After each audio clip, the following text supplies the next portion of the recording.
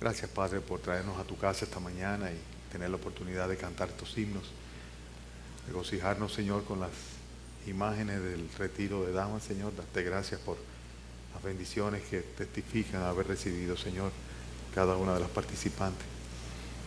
Pedirte, Señor, tu consuelo sobre aquellos que están en tribulación en este tiempo, Padre. Cuidados, Señor, especiales para aquellos que están con quebrantos de salud. Y confianza, Señor, y fortaleza para todos, Señor. Ayúdanos, Padre, a crecer en tu gracia, en tu conocimiento. Y ayúdanos, Señor, a recibir de esta exhortación de esta mañana una alusión personal, Señor. Gracias por las oportunidades que nos concedes, Señor, de involucrarnos en tu obra, en tu reino, en tu trabajo. Y gracias, Padre, por esta iglesia local, cada hermano en particular aquellos, Señor, también que ministran, sobre los cuales, Señor, rogamos, Padre, que tu sabiduría y tu gracia y tu favor y tus bendiciones, Señor, estén siempre, Señor, guiando sus pasos, sus vidas, sus pensamientos, sus acciones. Padre, anticipamos, Señor, que tu Santo Espíritu va a utilizar tu palabra y te damos gracias por ello en el nombre del Señor Jesucristo. Amén. Pueden sentarse, hermanos. Estamos en Éxodo capítulo 18. Éxodo capítulo 18. El libro de Éxodo capítulo 18. Ustedes recuerdan perfectamente bien que la semana pasada estuvimos viendo cuando Amalek atacó al pueblo de Israel. Y vimos cómo, habiendo apenas pasado por la tribulación del problema de la falta de agua en el desierto, y habiendo hecho el Señor el portento de haber causado que una roca seca comenzara a manar aguas, luego de esto, pues, de un momento a otro se encuentran con una tribu hostil hacia ellos que les ataca cuando ellos todavía no estaban ni siquiera configurados como nación. Recuérdense que no habían pasado ni siquiera 3 meses de que habían salido de Egipto. Era un pueblo que había estado con una actitud de rebelde, se había quejado varias veces de sus condiciones y sus circunstancias. No sé si fue que pensaron que iban a salir directamente de la esclavitud de Egipto a la tierra que emana leche y miel sin tener que pasar un trayecto hasta llegar a ella. Pero cual que fuese la expectativa que ellos tenían, comenzaron a quejarse desde temprano y el chivo expiatorio era siempre Moisés. La culpa recaía siempre sobre Moisés. Le decían, ¿cómo tú nos sacas de Egipto donde estábamos tan bien? Ajá, ahora está muy bien, ¿verdad? Para venir aquí a traernos a este desierto para que perezcamos por la sed o por la falta de alimento. Dios una vez y otra vez pacientemente pues provee maná, provee codornices para que coman carne, los nutre suficientemente. Además de eso, le da agua en cada lugar donde van, les protege con una nube del sol del día y les ilumina con una llamarada de fuego durante la noche. Dios está cuidando a esa nación de una manera especial y vemos que le da la victoria contra Amalek. Los amalecitas son destruidos. Dios manifiesta su poder a través de los brazos de Moisés, los cuales los mantienen altos a fin de que ellos puedan pues tener ganancia sobre sus enemigos. Y de esta manera llegan a batir a los amalecitas, y lo vimos todo esto en el capítulo anterior, capítulo 17. Están en un lugar que se llama Refidim, un lugar donde se suponía que encontrarían reposo, pero lo que habían encontrado hasta entonces era solamente problemas. Pero finalmente parecía ser que el Señor le estaba dando reposo. Y con el antecedente de lo que acababa de suceder con la victoria sobre Amalek, liderada por Josué, quien había emergido como el capitán o el general de los ejércitos de Israel, pues parecía ser que la nación comenzaba a organizarse. Es posible que este pasaje del capítulo 18, el cual todavía no hemos leído, no esté exactamente en una cronología con respecto a los capítulos posteriores. Y les voy a decir por qué. Hay una parte en la cual Moisés explica que él estaba enseñándole al pueblo los decretos y las ordenanzas de Dios, o sea, la ley de Dios. Pero es muy interesante, en el capítulo 20, o sea, a partir del capítulo 19 y específicamente en el capítulo 20, estamos en el 18, es cuando el Señor le va a dar los mandamientos a Moisés. Recuérdense, se le va a aparecer en una zarza que arde y que no se consume. ¿De acuerdo? Sin embargo, aquí habla Moisés de que él tiene la función de dictarle al pueblo cuáles son las ordenanzas y las leyes del Señor. Y algunos comentaristas piensan que no necesariamente podemos ver a Éxodo como un libro que va caminando cronológicamente. Lo mismo sucede con Génesis también, que no todos los pasajes, todos los episodios son capítulo 1, capítulo 2, capítulo 3 cronológicamente, sino que muchas veces se combinan en el orden de los capítulos. Sea como sea, el hecho es que Moisés tenía conocimiento de la ley de Dios, de los mandamientos de Dios, y todavía el pueblo no la tenía. Consecuentemente, si bien se estaban comenzando a organizar desde el punto de vista militar, jerárquicamente y militarmente, desde el punto de vista jurídico, desde el punto de vista de cumplimiento de las leyes, desde el punto de vista de lo que es la organización, vale el término jurídico o judicial, pues todavía estaban en cero. Y en este contexto es que precisamente vamos a ver lo que sucede en el capítulo 18. Voy a leer el capítulo completo, busquen sus Biblias para que disfruten el pasaje y luego entonces vamos a comenzar a predicar un sermón que he titulado Compartiendo responsabilidades. Compartiendo responsabilidades. Oyó Jetro, sacerdote de Madián, suegro de Moisés, todas las cosas que Dios había hecho con Moisés y con Israel su pueblo, y cómo Jehová había sacado a Israel de Egipto. Y tomó Jetro, suegro de Moisés, a Séfora, la mujer de Moisés, después que él la envió, y a sus 2 hijos. El uno se llamaba Gersón, porque dijo, forastero he sido en tierra ajena, y el otro se llamaba Eliezer, porque dijo, el Dios de mi padre me ayudó y me libró de la espada de Faraón. Y Jetro, el suegro de Moisés, con los hijos de la mujer de éste, vino a Moisés en el desierto, donde estaba acampado junto al monte de Dios. Y dijo a Moisés, yo tu suegro Jetro vengo a ti con tu mujer y tus hijos con ellas, tus 2 hijos con ella. Y Moisés salió a recibir a su suegro y se inclinó y lo besó y se preguntaron el uno al otro cómo estaban y vinieron a la tienda. Y Moisés contó a su suegro todas las cosas que Jehová había hecho a Faraón y a los egipcios por amor a Israel y todo el trabajo que habían pasado en el camino y cómo los había librado Jehová. Y se alegró Jetro de todo el bien que Jehová había hecho a Israel al haberle librado de las manos de los egipcios. Y Jetro dijo, bendito sea Jehová que os libró de la mano de los egipcios y de las manos de Faraón, y que libró al pueblo de la mano de los egipcios. Ahora conozco que Jehová es más grande que todos los dioses, porque en lo que se ensoberbecieron, prevaleció contra ellos. Y tomó Jetro, suegro de Moisés, holocaustos y sacrificios para Dios, y vino Aarón y todos los ancianos de Israel para comer con el suegro de Moisés delante de Dios. Aconteció que al día siguiente se sentó Moisés a juzgar al pueblo, y el pueblo estuvo delante de Moisés desde la mañana hasta la tarde. Viendo el suegro de Moisés todo lo que él hacía con el pueblo, dijo, ¿qué es esto que haces tú con el pueblo? ¿Por qué te sientas tú solo y todo el pueblo está delante de ti desde la mañana hasta la tarde?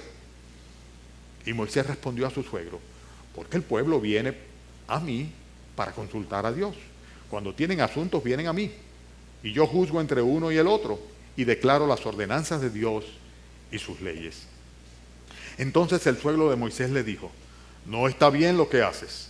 Desfallecerás del todo tú y también este pueblo que está contigo, porque el trabajo es demasiado pesado para ti, no podrás hacerlo tú solo. Oye ahora mi voz, yo te aconsejaré y Dios estará contigo. Estás tú por el pueblo delante de Dios y somete tú los asuntos a Dios. Y enseña a ellos las ordenanzas y las leyes y muéstrales el camino por donde deben andar y lo que han de hacer. Además, escoge tú de entre todo el pueblo varones de virtud, temerosos de Dios, varones de verdad, que aborrezcan la avaricia, y ponlo sobre el pueblo por jefes de millares, de centenas, de 50 y de 10. Ellos juzgarán al pueblo en todo tiempo, y todo asunto grave lo traerán a ti, y ellos juzgarán todo asunto pequeño. Así aliviarás la carga de sobre ti, y la llevarán ellos contigo. Si esto hicieres, si Dios te lo mandare, tú podrás sostenerte, y también todo este pueblo irá en paz a su lugar. Y oyó Moisés la voz de su suegro e hizo todo lo que le dijo. Escogió Moisés varones de virtud entre todo Israel y los puso por jefes sobre todo el pueblo. Por jefes sobre el pueblo, sobre 1000, sobre 100, sobre 50 y sobre 10. Y juzgaban al pueblo en todo tiempo. El asunto difícil lo traían a Moisés y ellos juzgaban todo asunto pequeño. Y despidió Moisés a su suegro y éste se fue a su tierra. Como ustedes ven, el consejo de Yetro es un consejo muy preciso. Le dice, es importante que tú compartas las responsabilidades. Y yo quiero precisamente comenzar poniendo el ejemplo de lo contrario, que se personaliza en la persona de Séfora, quien era la esposa de Moisés y quien no compartió en absoluto con él las responsabilidades de lo que Dios le había encargado que llevara a cabo. Dios llama a Moisés para que vaya a Egipto a liberar a la nación de Israel, que estaba esclavizada ya durante 400 años, estando Moisés casado con una hija de Yetro, y estando Moisés como empleado de Yetro durante 40 años. Moisés había pasado 40 años en el desierto después que dejó de ser un príncipe en Egipto y salió de Egipto huyendo porque el faraón quería matarle. Tiene sus 2 hijos con Séfora y en este tiempo está bajo el tutelaje de Yetro, trabajando para Yetro, cuidando las ovejas de Yetro, cuando Dios se le aparece y le dice, yo quiero que tú vayas a Egipto. Y Dios le da una serie de mandatos, entre ellos el hecho de que debía circuncidarse él y circuncidar a sus hijos, así como lo había hecho Abraham, con el propósito precisamente de que se estableciese de una manera muy clara la identidad de ellos, la identidad del Dios de ellos. Y sin embargo, nosotros lo que vemos aquí es que Séfora comenzó a poner dificultades o trabas a que Moisés llevara a cabo la misión para la cual el Señor le había encomendado o lo había escogido. Ahora viene Yetro y trae Yetro consigo a Séfora y a los 2 hijos de Moisés. ¿Y por qué los traía? Porque llegó un momento en el cual a Moisés no le quedó más remedio que decirle a Séfora, vete donde tu papá, porque yo tengo que obedecer lo que Dios me ha mandado hacer. Yo tengo que ir necesariamente a Egipto. Y ella estaba poniendo oposición de todas formas. Lo primero que vemos en Séfora fue que se había resistido a obedecer el mandato del Señor de circuncidar al segundo hijo de Moisés. Moisés se había circuncidado, él había circuncidado a su primer hijo, Gersón, pero en cuanto a Eliezer, evidentemente había puesto trabas. Si ustedes van conmigo al capítulo 4 de Éxodo, se van a recordar cuando vimos este pasaje. Éxodo capítulo 4. Y miren el versículo 24, Éxodo 4, 24, lo que sucedió en ese momento. Dice que aconteció en el camino que en una posada le salió al encuentro y quiso matarlo. ¿A quién quiso matar? ¿Quién quiso matar a quién? El Señor quiso matar a Moisés después que le dijo que fuera a Egipto. Y Moisés estaba con su mujer y con sus hijos, ¿verdad? Y se había decidido a ir hacia Egipto. Pero había un inconveniente, lo vimos ya anteriormente. Y es el hecho de que él no había obedecido como cabeza de familia, como jefe de su casa, como responsable delante de Dios por sus hijos. Él no había obedecido el mandato de Dios de circuncidar a su segundo hijo. Y el Señor le dice, evidentemente lo puso en cama, y dice la Biblia aquí que estuvo a punto de quitarle la vida, al mismo que estaba mandando que fuera a Egipto. Y en su soberanía Dios está manejando todo aquello a fin de que se cumpla su voluntad. Y cuando Moisés saliese en dirección a Egipto, lo hiciera bajo obediencia, habiendo circuncidado previamente a sus hijos. Él tenía que poner el ejemplo en su casa. Tenía que comenzar circuncidándose él, circuncidando a sus hijos, para luego entonces también demandar a toda la nación, finalmente de Israel, de que se circuncidasen. Pero si él no lo hacía, imagínense ustedes. Y Séfora evidentemente puso oposición a que él cumpliera con ese mandato de Dios. Por eso nosotros vemos que en el versículo 25 dice que entonces Séfora tomó un pedernal afilado y le cortó el prepucio de su hijo y lo echó a sus pies diciendo, a la verdad tú me eres esposo de sangre. Así le dejó luego ir y ella dijo, esposo de sangre a causa de la circuncisión. Cuando Séfora entendió que Dios le iba a quitar la vida a Moisés si él no obedecía el mandato, entonces ella misma fue y le arrancó el prepucio a su hijo, se lo tiró de una manera irrespetuosa total delante y le dijo, tú me eres un esposo de sangre. Esto fue suficiente. Esto fue suficiente para que ella, rechazando el liderazgo de su marido, terminase apartándose de él. De hecho, ya su corazón estaba completamente fuera de la voluntad de Dios y fuera completamente de sujeción. Había una rebeldía espiritual, porque se había rebelado contra Dios, no queriendo obedecer a Dios, se había rebelado contra su marido, y en este sentido había una falta de sujeción al liderazgo de Moisés, y además de todo esto, era una mujer que había permanecido en su religión tradicional, era hija de un sacerdote, Yetro era un sacerdote, y ella como madianita no conocía mucho del Señor, no obstante Yetro fuese un sacerdote de Dios, porque el mismo Yetro no conocía tanto de Dios. Acuérdense que estamos en los arbores en los cuales el Señor se está dando a revelar al pueblo de Israel, en los inicios. Pero sea como sea, esta Séfora no podía de ninguna manera compartir las bendiciones que vendrían como resultado del favor de Dios sobre la nación de Israel y sobre el liderazgo de su marido Moisés, porque sencillamente desde el principio ella puso oposición, no quiso compartir de ninguna manera las responsabilidades.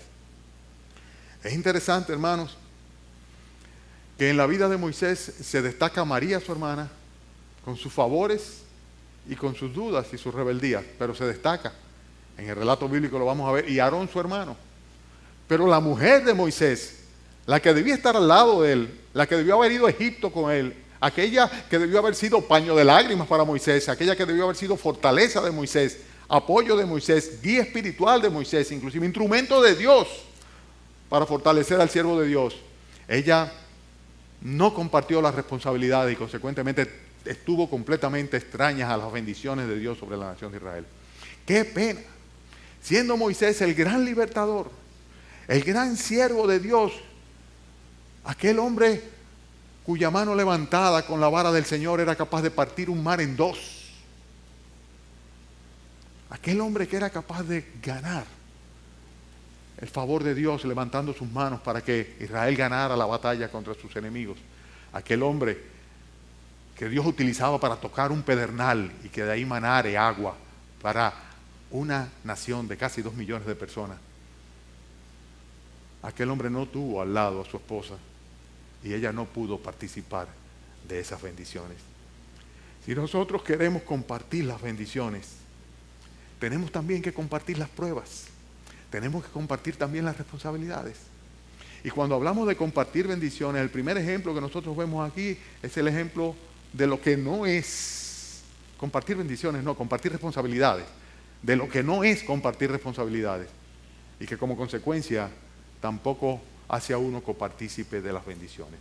Siempre queremos las buenas, ¿verdad? Siempre queremos disfrutar, pero sin embargo, ¿cuántas veces evitamos asumir responsabilidades? Séfora se mantuvo encerrada en una actitud que hizo que Moisés la tuviera que despachar para donde su papá. Y durante todo este proceso en el cual Dios se había glorificado en la vida de Moisés y en la vida del pueblo de Israel, ella no estuvo ahí.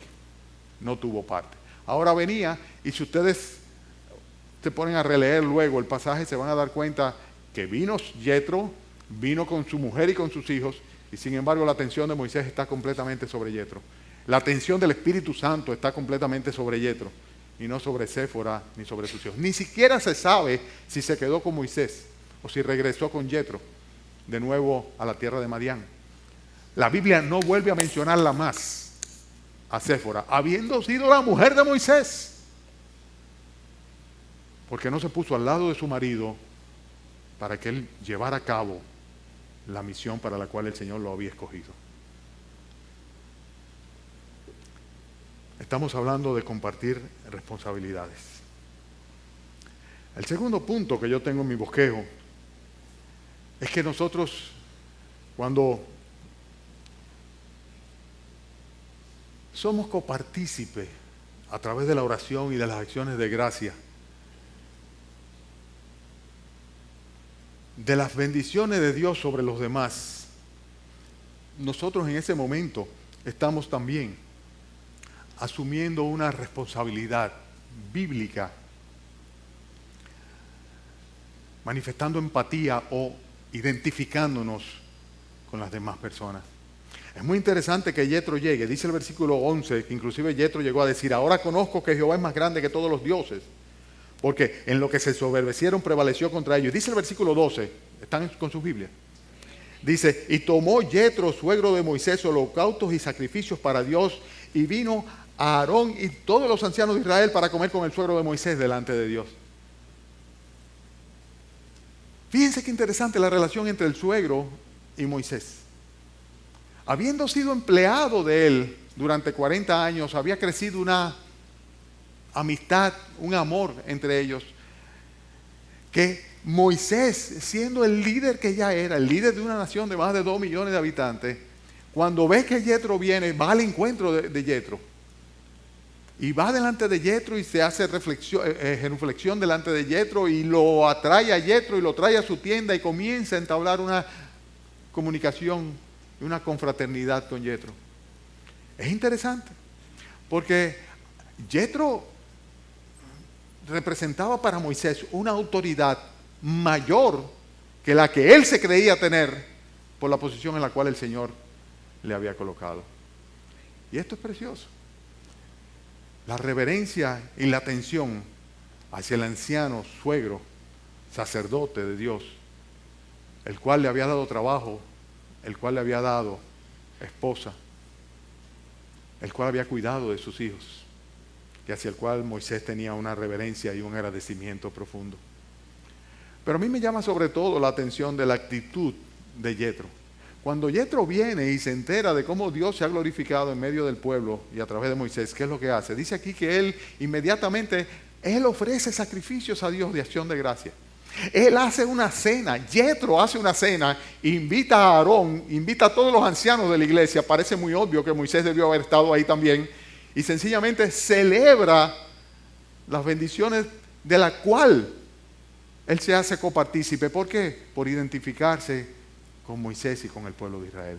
Y saben una cosa, hermano, nosotros compartimos responsabilidades cuando compartimos completamente en oración y en acciones de gracia los favores de Dios por los hermanos. Hay muchos de nosotros que somos sumamente desatentos en cuanto a Dios por falta de empatía, de identificación con el resto de la congregación. Nunca va a ser tarde para nosotros regocijarnos por la gracia del Señor sobre un hermano. Yo quiero que ustedes me acompañen al libro de Romanos, el capítulo 12, para que ustedes vean en el Nuevo Testamento cómo el apóstol Pablo advierte por el Espíritu Santo a la iglesia de cuál debe ser la actitud que debemos tener los unos para con los otros. Busquen en sus Biblias, gócense con estos pasajes, inclusive subrayenlo. Dios le está dando instrucciones a la iglesia en Roma, una iglesia que es gentil por esencia y que se han convertido al Señor Jesucristo. Y fíjense cómo le dice en cuanto a la relación que debe haber entre los creyentes. Estoy leyendo en el versículo 9. ¿Les parece bien? Romanos 12, 9. ¿Lo tienen? Dice, el amor sea, ¿cómo dice? Sin fingimiento, aborrecer lo malo y seguir lo bueno. Amaos los unos a los otros con amor fraternal, en cuanto a honra, prefiriéndoos los unos a los otros. En lo que requiere diligencia, no perezosos, fervientes en espíritu, sirviendo al Señor, gozosos en la esperanza, sufridos en la tribulación, constantes en la oración, compartiendo para las necesidades de los santos, practicando la hospitalidad. Bendecid a los que os bendicen, a los que os persiguen, perdón. Bendecid y no maldigáis. Gozaos con los que se gozan. ¿Qué dice luego? Llorad con los que lloran. Unánimes entre vosotros, no altivos, sino asociándoos con los humildes. No seáis sabios en vuestra propia opinión. Para Yetro era como si él hubiera sido directamente copartícipe de cada una de las victorias que el Señor le había dado al pueblo de Israel a través de Moisés. De un momento a otro él se regocija al punto tal que dice, ahora yo estoy más convencido que nunca de que Jehová es el Dios. Ahora más que nunca, yo estoy convencido. Es el Dios más grande. Y la fe de Yetro es confirmada por el testimonio de Moisés a través del regocijo que él siente al identificarse con los demás. Es una responsabilidad de cada uno de nosotros, por lo que yo leo aquí en Romanos capítulo 12, y yo creo que ustedes no pueden leer otra cosa. Es una responsabilidad que tenemos delante de Dios. ¿De qué? de gozarse con los que se gozan, llorar con los que lloran, de ser unánime, de etcétera, etcétera. Es una responsabilidad.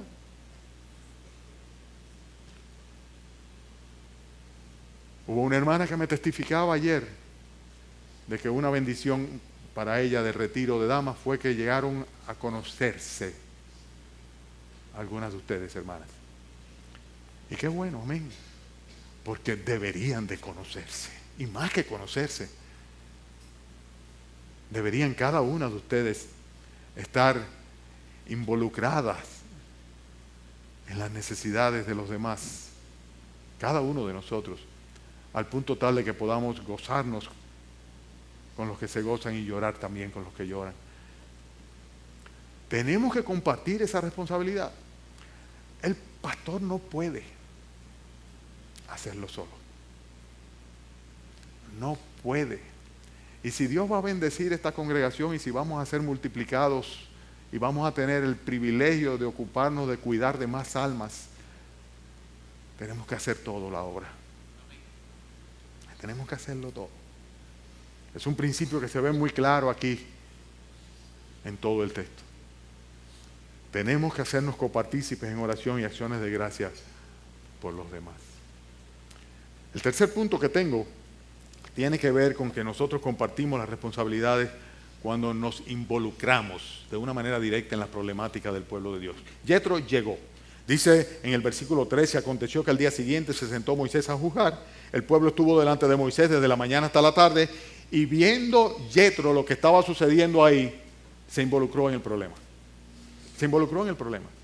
Dice que va donde Moisés y le dice, ¿por qué te sientas tú solo y todo el pueblo está delante de ti desde la mañana hasta la tarde? Acababa de llegar Yetro y al otro día pues Moisés siguió con su faena regular. Su faena regular era tratar de resolverle las disputas, los inconvenientes, las cosas que naturalmente debían sucederse dentro de un grupo o una comunidad tan grande. Y en cada caso tratar de juzgar conforme a las leyes y las ordenanzas de Dios. Pero ¿qué resulta? Que Yetro ve lo que está pasando y Yetro, que es un líder intuitivo, que ve una situación y que la puede analizar rápidamente, de una vez se da cuenta de que eso no va para ningún lado, de que eso no va a funcionar. Como estaba manejando él el asunto, no iba a funcionar. Y Yetro no tenía por qué meterse en eso. Él no tenía por qué meterse en eso. Sin embargo, él observó que Moisés se pasaba el día entero, dice, desde la mañana hasta la noche, haciendo lo mismo, y que eso lo hacía cada día, y sencillamente reaccionó inmediatamente. Y en el versículo 13 le dice, el versículo 14 le dice, ¿qué es esto que haces tú con el pueblo? ¿Qué es lo que tú estás haciendo? ¿Por qué te sientas tú solo y todo el pueblo está delante de ti desde la mañana hasta la tarde? Y a mí me encanta ver cómo Yetro se involucró en el problema sin de ninguna manera usurpar la autoridad de Moisés. A pesar de que Moisés reconocía en Yetro una autoridad, Yetro de ninguna manera trató de decirle, échate para allá que yo te voy a decir lo que tú tienes que hacer y yo hazlo como... No. Sino simplemente él observa una situación, se involucra en la problemática y le da el consejo a Moisés.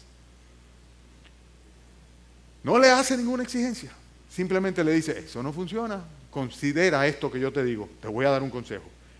Pero es interesante que aun cuando le da un consejo a Moisés en su condición de líder de la nación de Israel, le da un consejo supeditado a la opinión o a la decisión que Moisés tomase y sobre todo, como le dice, a la autoridad de Dios. Fíjense en el versículo 23, un poco más adelante.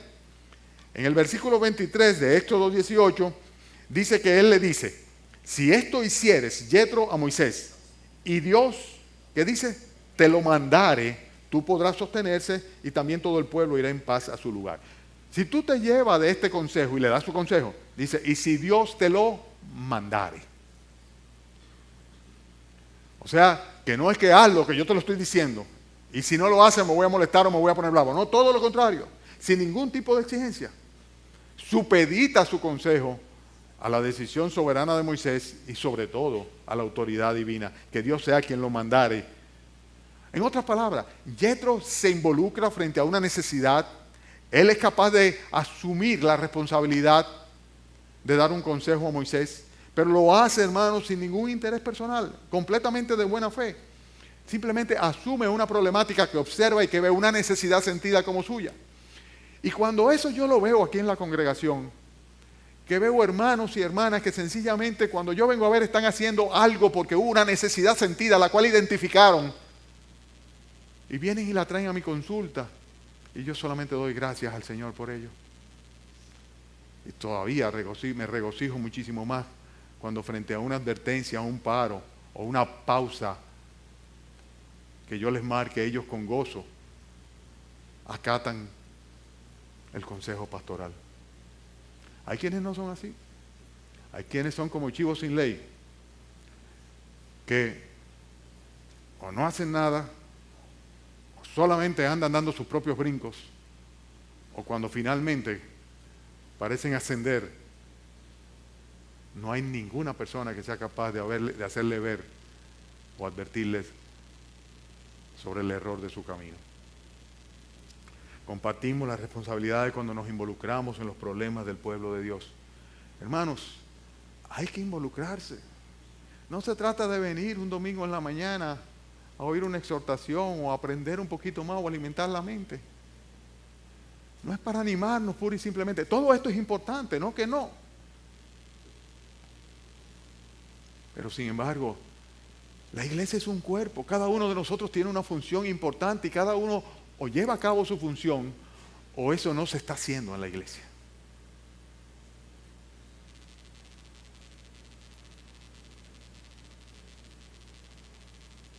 Hay congregaciones donde los pastores intentan sin éxito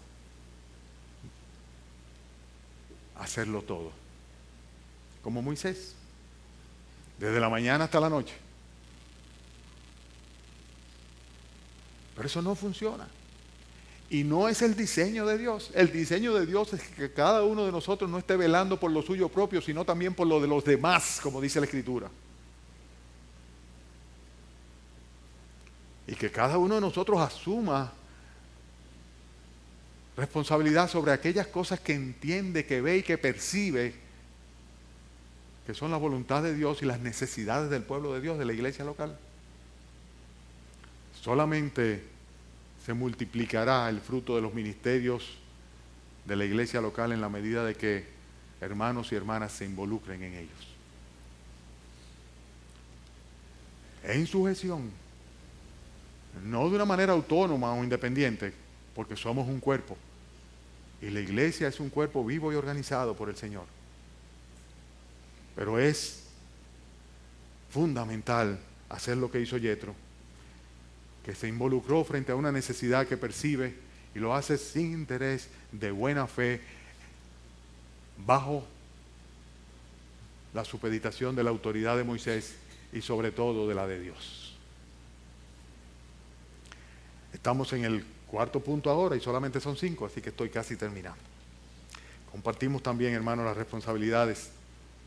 Cuando nosotros descargamos con nuestra ayuda a aquellas personas que tienen el ministerio de la palabra de Dios. Y en el caso de nosotros específicamente, al pastor.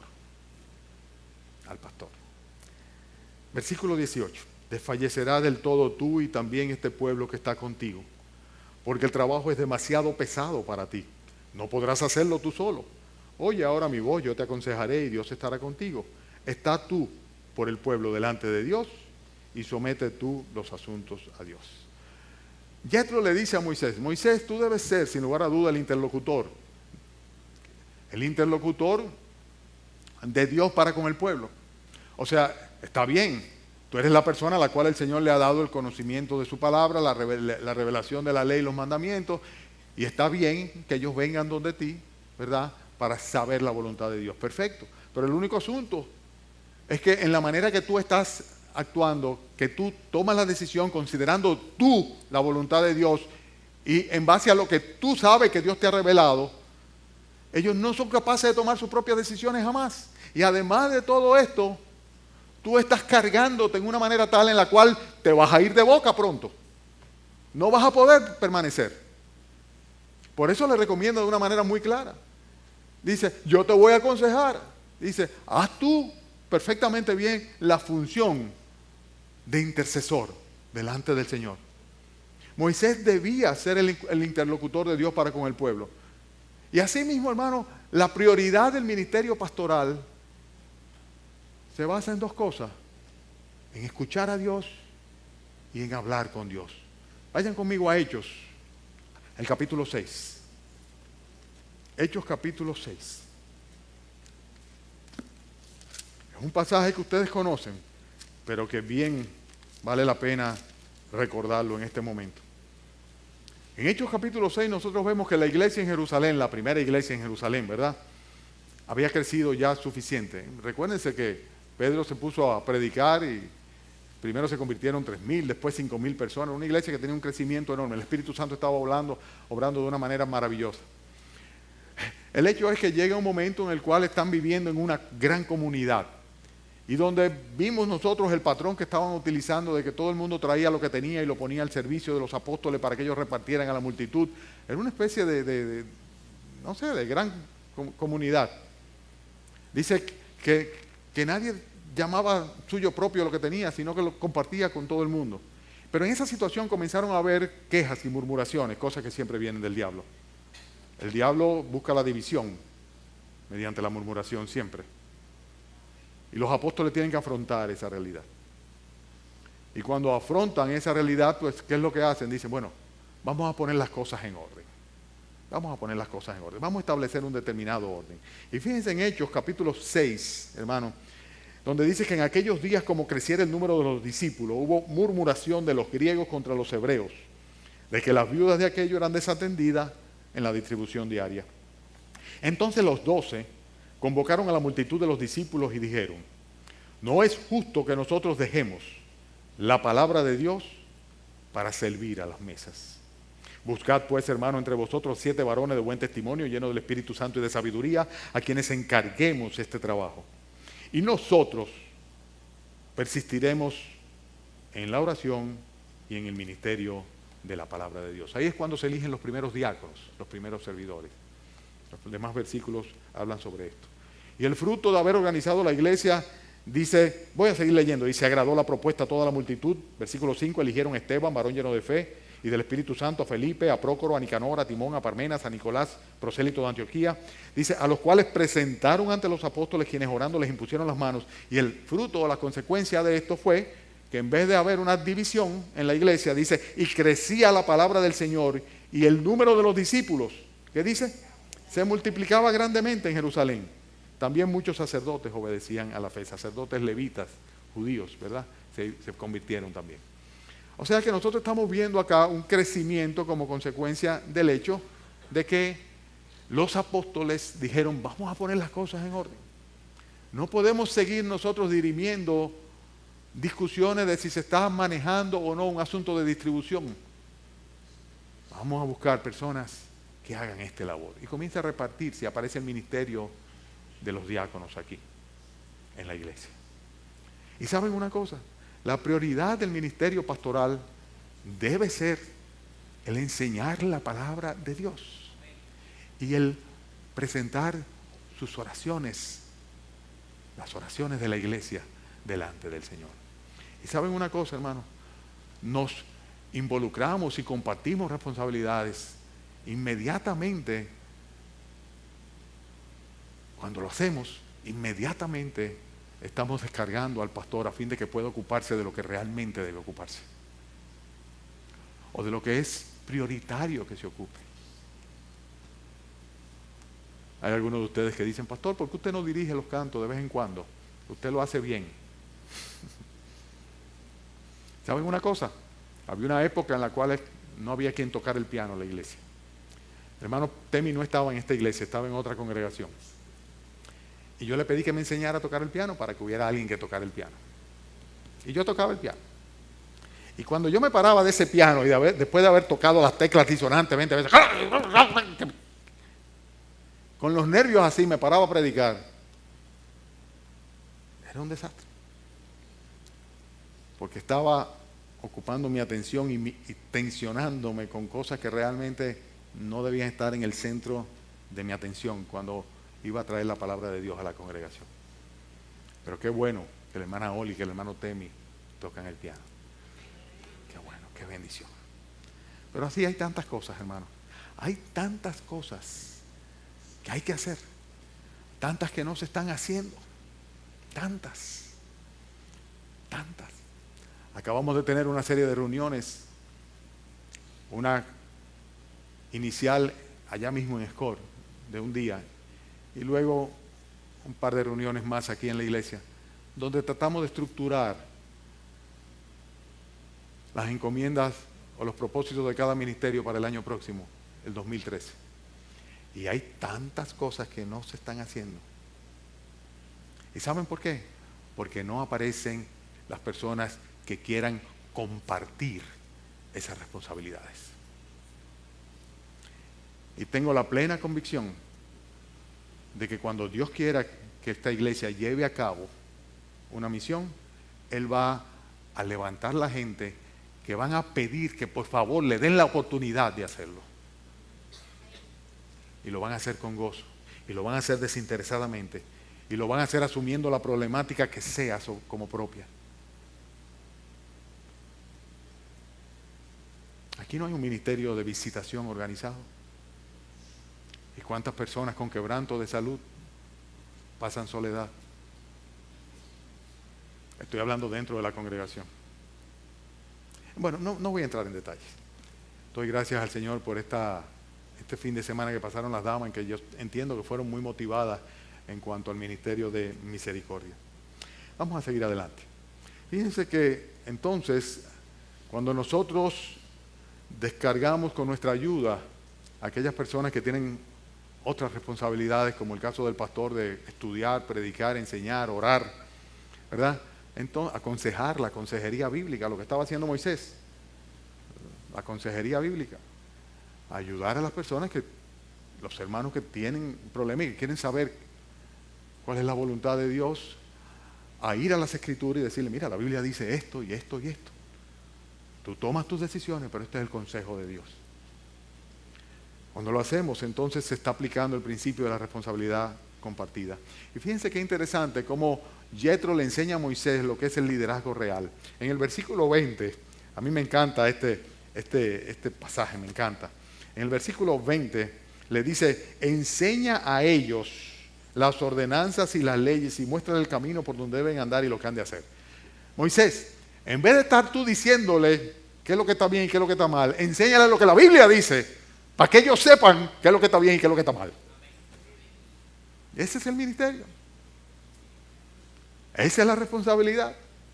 Y así es como realmente se ejerce un liderazgo y así es como realmente se ayuda a las personas.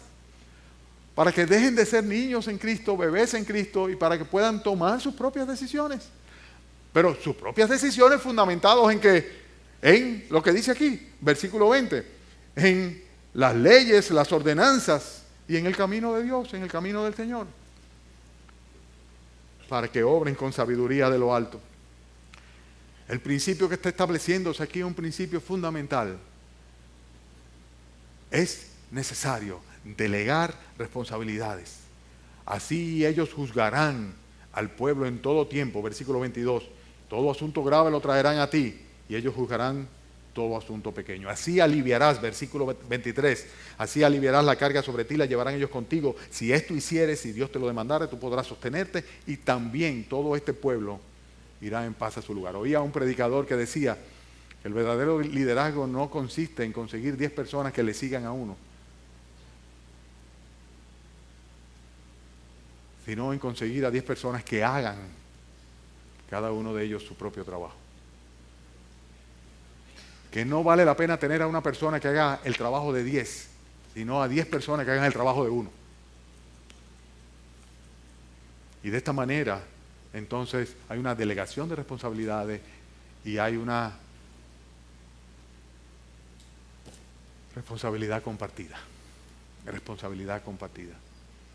Hermanos, te puedes pasar la vida entera y no tenemos problema, nos alegramos muchísimo Y nos vamos a seguir viendo cada domingo y vamos a estar felices de tenerte aquí con nosotros, mi hermano, mi hermana. Pero te estás perdiendo como Séfora de las bendiciones mayores cuando nos involucramos, cuando compartimos las responsabilidades, cuando nos hacemos uno con el pueblo de Dios en sus necesidades y cuando dejamos que el Señor nos utilice para llevar a cabo las soluciones. Finalizo ahora. Una manera de poder compartir responsabilidades y hacerlo de una manera correcta, o sea, eficaz, es sabiendo escoger precisamente a personas aprobadas para que le sirvan a Dios. Muchas veces no se trata de querer tampoco, se trata de poder. Ustedes saben que para ministrar a Dios es necesario ser llamado por Dios y ser dotado por Dios. Anoche conversábamos algo de eso. O sea, Dios es que da el don para que una persona ministre para la iglesia de nuestro Señor Jesucristo, para su iglesia. O sea, le da la capacidad, ¿verdad? Y es importante en esto. Eso no significa necesariamente que tú no sirves para nada. La Biblia dice que todos los creyentes han sido dotados de algún don espiritual. O sea que tú tienes un don espiritual, seas quien seas, si tienes a Cristo como tu Señor y tu Salvador. Si has recibido el perdón del Señor, si el Espíritu Santo ha venido a morar en tu corazón, si tienes la seguridad de la vida eterna, si eres un cristiano, una cristiana verdadera, el Espíritu de Dios mora en ti, te ha dado un don, un talento, una capacidad espiritual para tú ministrar cosas temporales a la iglesia de nuestro Señor Jesucristo. Y también cosas espirituales. Pero es importante también tener mucho cuidado, porque cuando una persona no idónea ocupa el lugar incorrecto, entonces vienen complicaciones. Por eso es interesante que cuando se habla de eso, se habla de, versículo 21, de escoger. Y Moisés tenía la responsabilidad de escoger, debía escoger de entre todo el pueblo. Le dice Yetro, escoge entre todo el pueblo varones de virtud, temerosos de Dios, varones de verdad, que aborrezcan la avaricia, y ponlos sobre el pueblo por jefes, por autoridad, sobre millares, centenas, 50 y 10. Y lo que estamos viendo nosotros es la escogencia de jueces, pero no cualquiera podía ser juez, sino aquel que tuviese una serie de virtudes. ¿Cuáles son esas virtudes? Las vemos aquí claramente. Ve a ver si están en ti, porque si quieres servirle al Señor, no importa dónde, vas a necesitar estas virtudes. En primer lugar, debe ser una persona, dice, llena de virtud, o sea, virtuosa. Y cuando hablamos de virtud, estamos hablando de un carácter aprobado por Dios, de virtudes aprobadas por Dios, tanto desde el punto de vista moral como desde el punto de vista espiritual. Habla de que deben ser temerosos de Dios, una persona creyente. Habla de que deben ser personas veraces, que la mentira sencillamente la erradicaron de su vida, ¿verdad? Y que deben ser también personas desinteresadas, que no lo hagan por tener un beneficio, que no les gusten los cuartos. Y personas, además de esto, que sean capaces de dirigir para poder ser jefes. Saben que hay algunos que no pueden dirigir. No pueden dirigir. Y pueden tener miles de talentos y capacidades, pero no pueden dirigir. Porque son ovejas del Señor. Y es dirigir en el nombre del Señor al modo del Señor. Y muchas veces el temperamento traiciona y no les permite dirigir. Pero sea como sea, es necesario que para que compartamos responsabilidades tengamos a personas aprobadas en el servicio de Dios y de su pueblo. Por eso vemos que hay una clasificación de casos que Dios le recomienda. Dice, no pongas a cualquiera, escoge tú a quienes le recomienda el Señor a través de Yetro a Moisés. Personas que tengan unas cualidades particulares, ¿verdad? Y además de esto, clasifica los casos. Porque hay cosas que son más importantes y cosas que son menos importantes. Hay cosas que son pequeñas y cosas que son grandes. Y si tú no clasificas los casos, hay problemas. Además de esto, es importante que haya un respeto de la jerarquía. O sea, sencillamente tú ocúpate de los casos muy importantes, que te lo traigan ellos a ti, cuando se lo lleven los del pueblo. Pero si es una discusión sobre si la cena la debemos comer más caliente o menos caliente, o si debemos gastar 5 pesos en esto o en aquello, si no lo pueden resolver entre los dos involucrados, pues que se lo lleven a una primera instancia, antes de que llegue a la Suprema Corte de Moisés. Porque cuando llega a la Suprema Corte de Moisés es para presentarlo directamente delante del trono de Dios y ponerlo bajo el juicio de Dios. Consecuentemente, hermanos, lo que estamos viendo aquí, esto es interesantísimo. ¿Cuántos abogados hay aquí? Levanten las manos. 1, 2, 3. Amén. Lo que estamos viendo aquí, hermanos míos, es que se están estableciendo las pautas y los requisitos divinos, no solamente para el liderazgo, sino sobre todo para la judicatura. Y es interesantísimo eso. Dios dice cómo deben ser aquellas personas que juzguen y que tengan autoridad, y que deben ser personas humildes cuando aconsejaran, como lo era Moisés, que fue capaz de recibir la amonestación de su suegro. Deben ser personas capaces de reconocer sus propias debilidades, que cuando Yetro le dice a Moisés, Moisés, tú vas a terminar desbaratándote tú. Tú no aguantas esto, Moisés. Él lo reconoce y hace lo que Moisés le aconseja, porque se da cuenta que es así. Para eso se necesita ser humilde. Deben ser personas que buscan la voluntad de Dios, que le interesa saber la palabra y la decisión final de Dios al juzgar, y personas que tengan un carácter íntegro, lleno de virtudes, dispuestos a obedecer a Dios, no obstante cualquier cosa. Moisés era un líder que tenía esas cualidades y era un patrón de referencia para lo que deben ser los jueces y los que deben ser las personas que están en autoridad. Hermanos, la visita de Yetro a Moisés se constituyó en un hito para la historia jurídica del pueblo de Israel. Y no solamente para la historia jurídica del pueblo de Israel, sino para la historia jurídica de la humanidad. Es la primera vez que se constituyen jueces y el Señor le dice cómo y con cuáles requisitos. Y le da la ley, las ordenanzas y los estatutos. En otras palabras, la constitución de Dios, para que conforme a la constitución de Dios apliquen la ley sobre un pueblo que necesita quienes juzguen y diriman entre los problemas de la vida diaria, de la vida cotidiana.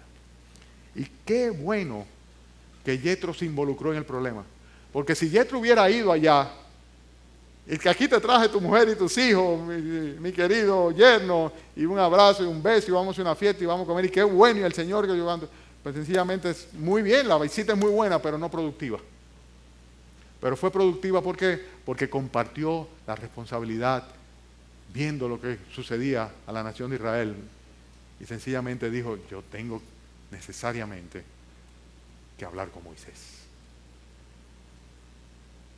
Gracias al Señor por Yetro y los que son como Yetro. Una persona que se involucró, alguien que no solamente se involucró a él, sino que también fue capaz de motivar a otros, y en este caso a Moisés, a que compartiera las responsabilidades. ¿Cuántos de ustedes están dispuestos a compartir la responsabilidad de que esta iglesia glorifique a Dios a través de todos sus ministerios? ¿Cuántos? ¿Cuántos? Ocupa tu lugar. Comienza ya. Asume tus responsabilidades delante del Señor. Eso va a redundar en muchas bendiciones para el pueblo de Dios y para ti mismo, para ti misma. Amén. Amén. Padre, oramos a ti dándote gracias por las enseñanzas de este pasaje. Gracias por la exhortación que tienes, Señor. Ayúdanos a ser fieles, Padre, y considéranos fieles, Señor, al ponernos al ministerio. Es nuestra petición, Señor, y es nuestro deseo. Bendice a cada hermano o hermana que está activo trabajando en tu obra, cuidando no de lo suyo propio, sino también de los demás. Y Padre, permite que muchos más se sumen y comiencen a compartir las responsabilidades. Aquella, Señor, que asumimos desde el momento en que depusimos todo, Señor, para seguirte a ti. Gracias por traernos esta mañana, Señor. Pedimos que esta tarde también en el culto de las 6:30 tú nos bendigas, Señor. Que bendiga desde ya la palabra que va a ser expuesta, la cena en la cual celebraremos, Señor, tu sacrificio, el de tu Hijo Jesucristo a nuestro favor, y la comunión entre cada uno de nosotros. En el nombre de Cristo Jesús. Amén.